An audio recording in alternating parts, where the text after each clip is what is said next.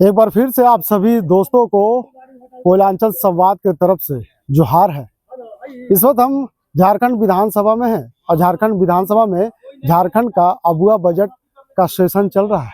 ऐसे में कह सकते हैं कि बजट सत्र का आज दूसरा दिन है। दूसरा दिन काफी महत्वपूर्ण है क्योंकि सुबह होते ही जब यहाँ पे सत्ता पक्ष और विपक्ष के तमाम विधायक इस लॉबी में यहाँ पे आए थे तो मान के चलिए उनके हाथों में एक तख्तियां थी। मुझे लग रहा था कि वो तख्तिया को लेकर के ये तमाम विधायक विधानसभा परिसर के बाहर बैठेंगे और सरकार के खिलाफ प्रदर्शन करेंगे। हुआ वही, जब समय हुआ लगभग 10:30 बजे तो तमाम विधायक जब विपक्ष के आ गए तो एक एक करके विधायक वहां से अपने लॉबी में रखे तख्तियों को उठाते हुए अपने हाथों में लेकर उसे विधानसभा परिसर के मुख्य द्वार पर बैठकर लहराने लगे और सरकार के खिलाफ जमकर नारेबाजी की। मामला यह है कि आपने देखा था कि पिछले दिनों किस तरह से मैट्रिक की परीक्षा का पेपर लीक हुआ था और विपक्ष इसे मुद्दा बना रहे थे।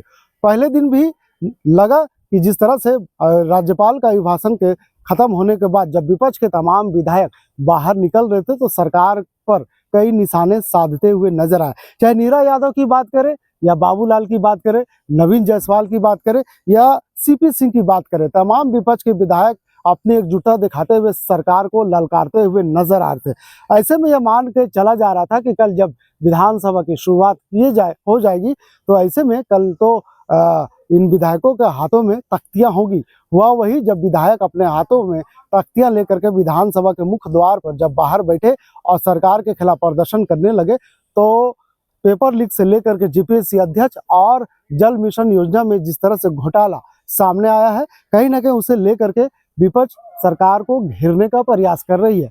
ऐसे में विधायक नीरा यादव ने कल ही कहा था कि जिस तरह से कोडरमा में एक जल मीनार का मामला सामने आया और एक ही बारिश में जल मीनार सीधे जमींदोज हो गया और ये मामला घोटाला का पर्दाफाश करता है। ऐसे में विपक्ष के तमाम विधायक सरकार पर कई आरोप लगा रहे हैं, लेकिन सत्ता पक्ष की तरफ से आने वाले विधायक और मंत्री इसका जवाब देने के लिए पूरी तरह से तैयार है। जिस तरह से विपक्ष अभी तक अपने नेता प्रतिपक्ष का चयन नहीं कर पाया है, ऐसे में मान के चलिए कि सरकार निशाना बना रही है।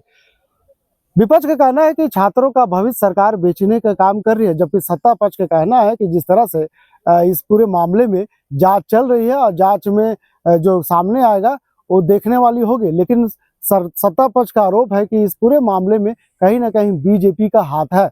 ऐसे में जहां एक तरफ झारखंड के मद्य निषेध मंत्री ये कहते हुए नजर आ रहे हैं कि झारखंड में चाहे जल मिशन की योजना हो, चाहे शराब का मामला हो या फिर झारखंड के विकास का मामला हो, सरकार एकदम सही तरीके से काम कर रही है क्योंकि झारखंड में अबुआ सरकार बनी है और अबुआ सरकार जनता के लिए बनी है। तो जनता की आकांक्षाओं के लिए सरकार हर वक्त तैयार है और उनकी जो इच्छा है सरकार उस पर काम कर रही है, चाहे मैया सम्मान की योजना हो। क्योंकि लगातार आज सदन का दूसरा दिन है, दूसरा दिन भी इस तरह के तमाम मुद्दे उठते हुए नजर आ रहे हैं।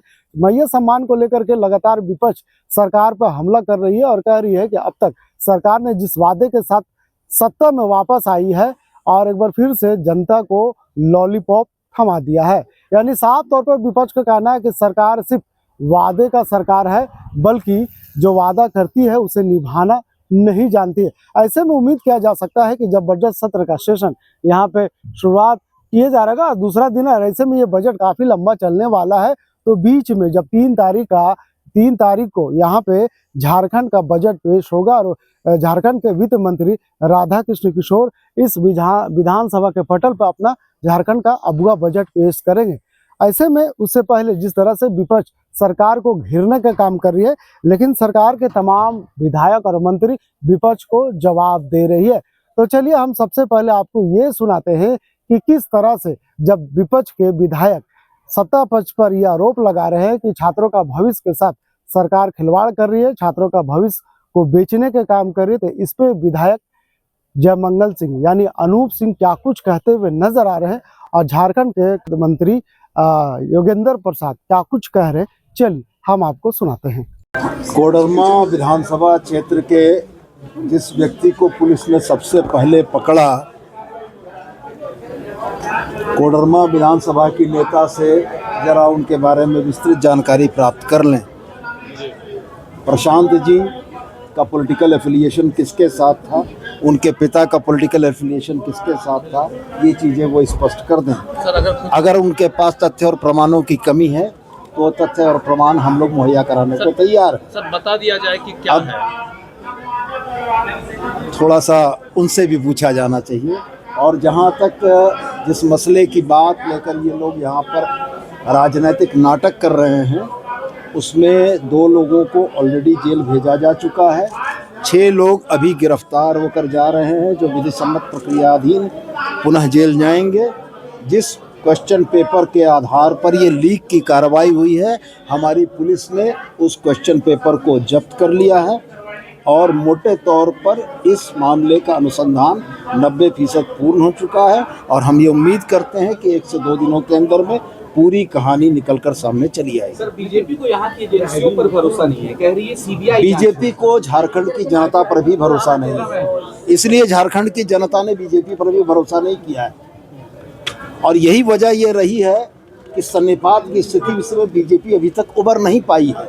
नहीं तो लोकतांत्रिक व्यवस्था में नेता सदन किसी भी स्वस्थ लोकतंत्र के लिए सर्वाधिक आवश्यक चीज़ है, जिसकी नियुक्ति नहीं कर पा रहे हैं। तो सन्निपात की अवस्था में जो बीजेपी के कार्यकर्ता और नेता और तमाम हमारे विधायक हैं, इनसे ऐसे ही आचरण की उम्मीद की जा सकती है। जेपीएससी अध्यक्ष पद की नियुक्ति अभी तक नहीं हुई। निश्चित रूप से प्रक्रियाधीन है, समय आने पर हो जाएगा। धन्यवाद।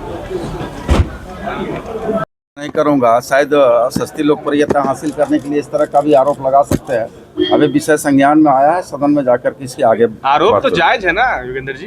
देखिए, ये कोई सरकार के स्तर पर अगर पेपर लीक हुआ है तो कोई सरकार के स्तर पर या सरकार के द्वारा नहीं करवाया गया है, कोई एजेंसी है तो निश्चित तौर पर जो दोषी हुआ उस पर आवश्यक कार्रवाई की जाएगी। मंत्री जी, राजभवन ने चिंता जताई है पेयजल आपूर्ति की योजनाएं उसको लेके। बिल्कुल चिंता लाजमी है कि भाई गर्मी का समय आया है, लोगों को स्वच्छ पेयजल चाहिए, हर व्यक्ति को चाहिए। लेकिन हमारी भी चिंता है, विभाग की भी चिंता है कि आज 6500 करोड़ रुपया जो केंद्रांश बाकी है, अभी तक रोज पत्राचार हम लोग कर रहे हैं, अभी तक नहीं मिला। निश्चित तौर पर केंद्रांश आएगा तो जो योजनाएं बंद पड़ी है, जो योजनाएं 90% 80% कार्य हो चुका है, जो योजनाएं में 20% कार्य अधूरा है, उन योजनाओं को पूरा करके जनता को पानी पिलाया जा सकता है। लेकिन आपकी केंद्र की जो योजना है उसमें तो घोटाला हो गया, तो केंद्र क्यों पैसा आप कैसे कह सकते हैं घोटाला हुआ? अगर कोई घोटाला हुआ तो आप बताएं हमको।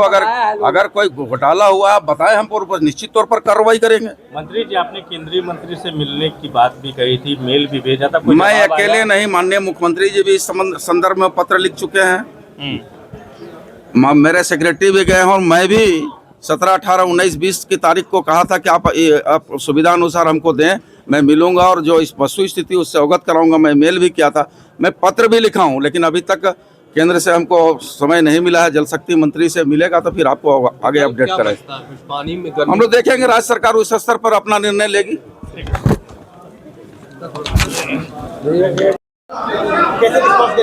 आरोप लगा रहे हैं, विपक्ष का काम है आरोप लगाना, बाकी चीज़ों को संज्ञान में लिया गया और एसआईटी के माध्यम से इसका जांच होना, उस पर त्वरित कार्रवाई, कोई बचेंगे नहीं। लेकिन दादा बार बार ये चीजें तो हो रही ना, तो पूरे देश के स्तर में है, झारखंड में तो ये अभी पहला है, इसको देखा जाएगा। हमारे पास अपनी एजेंसी है और लीक कैसे हुआ है, क्या हुआ है, इस पर अभी बात होनी बाकी है। अभी एजेंसीज का रिपोर्ट आना बाकी है। इनके पास कोई मुद्दा नहीं है, कोई भी मुद्दा को उठा के सदन के बाहर खड़ा हो जाना। इनको तो साथ देना चाहिए।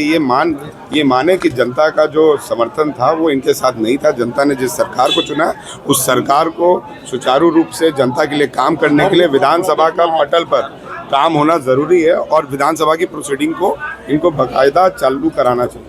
लेकिन जेपीएससी अध्यक्ष के पद की भी जो है सवाल कारण लाजमी है, कई परीक्षाओं के पेपर लीक हुए हैं और इसलिए ये सब। देखिए, मैंने ये पहले भी बोला है कि जब पहले क्या होता था कि पहले एग्जामिनेशंस कंडक्ट कराने के लिए आपके पास गवर्नमेंट के सेंटर्स होते थे, गवर्नमेंट एजेंसीज के द्वारा एग्जामिनेशंस कंडक्ट कराए जाते थे। जब से बीजेपी सरकार आई है, इन्होंने प्राइवेट सेंटर्स को मान्यता दी जो एग्जाम्स लेंगे और उन्हीं के माध्यम से ये लीक हो रहा है। मैं पहले भी बोल रहा हूँ कि सरकार को, चाहे वो राज्य स्तर पर हो चाहे वो केंद्र स्तर पर हो, अपना एक ऐसा सिस्टम बनाना चाहिए जहाँ पर 1000-1500 कंप्यूटर की हर डिस्ट्रिक्ट में व्यवस्था हो और सरकार ही इसकी एग्जामिनेशंस कंडक्ट कराए। जब प्राइवेट एजेंसीज को आप इन्वॉल्व करिएगा, एग्जामिनेशन पेपर लीक होना लाजमी है। और ये पहले नहीं होता था, ये बीजेपी की, क्योंकि मान्यता तो वही लोग देते हैं केंद्र से कि किसको किसको सेंटर्स में मान्यता देना है। पहले हम नहीं देते थे, जब तक कांग्रेस की सरकार थी प्राइवेट सेंटर्स को मान्यता नहीं मिलती थी। तो हमारे को प्राइवेट सेंटर्स को बंद करना चाहिए और गवर्नमेंट सेंटर्स को लागू करना राज्य स्तर पर कुछ काम होगा जी, निश्चित तौर पर। मैंने तो पहले भी बोला है कि आदरणीय मुख्यमंत्री जी इस पर पहल उठाएं और राज्य स्तर पर गवर्नमेंट सेंटर्स खोला जाए, ताकि हम एग्जामिनेशन को एकदम साफ तरीके से कंडक्ट करा सके और कुछ में धांधली नहीं। सीबीआई हमारे पास एसीबी है। आपने बेरमो विधायक जयमंगल सिंह की बात को सुना, साथ ही साथ हम आपको झारखंड के मद्य निषेध मंत्री योगेंद्र प्रसाद की बात को सुनाया, किस तरह से वो विपक्ष का आरोप का जवाब देते हुए नजर आ रहा है। साफ तौर पे कहा जा सकता है कि अब सदन की कार्यवाही अंदर चल रही है और आज प्रश्नकाल है। ऐसे में तमाम विधायक सदन के पटल पर अपनी बात को रखेंगे और सरकार से सवाल करेंगे कि आखिर इसमें सच्चाई क्या है। निश्चित तौर पर मान के चलिए कि आज पहली पारी में जिस तरह से तमाम विधायक अपनी बातों को यहाँ पर रखेंगे और एक एक करके तमाम मंत्री, विभागीय मंत्री उसका जवाब देंगे। आने वाले दिनों में जिस तरह से उम्मीद किया जा सकता है कि जनता की आकांक्षाओं का बजट पेश होगा, क्योंकि मुख्यमंत्री हेमंत सोरेन ने जिस दिन शपथ लिया था उसी दिन कहा था कि झारखंड का अबुआ शपथ लिया जा रहा है, यानी झारखंड का अबुआ सरकार का शपथ लिया जा रहा है। और ऐसे में अब झारखंड का अबुआ बजट पेश हो रहा है। तो आने वाले दिनों में झारखंड के विकास को लेकर के, झारखंड के युवाओं को रोजगार के लेकर, महिलाओं के विकास के लेकर, शिक्षा को लेकर के, स्वास्थ्य को लेकर, तमाम वो चीजें हैं जो हेमंत सोरेन कैबिनेट ने पूरी तरह मजबूती के साथ उसे बनाते हुए 3 तारीख को बजट पेश करेगी। लेकिन ऐसे में कह सकते हैं कि विपक्ष जिस तरह से सरकार पर आरोप लगा रही है, अब आरोप में कितनी सच्चाई है तो आने वाला वक्त बताएगा। लेकिन ये मान के चलिए कि 1 महीना तक बजट सत्र चलेगा और ऐसे में विपक्ष लगातार सरकार पर दबाव बनाते हुए नजर आ सकती है। इस खबर के लिए यहीं तक वीडियो जर्नलिस्ट फैयाज के साथ मैं नौशाद, कोयलांचल संवाद, रांची।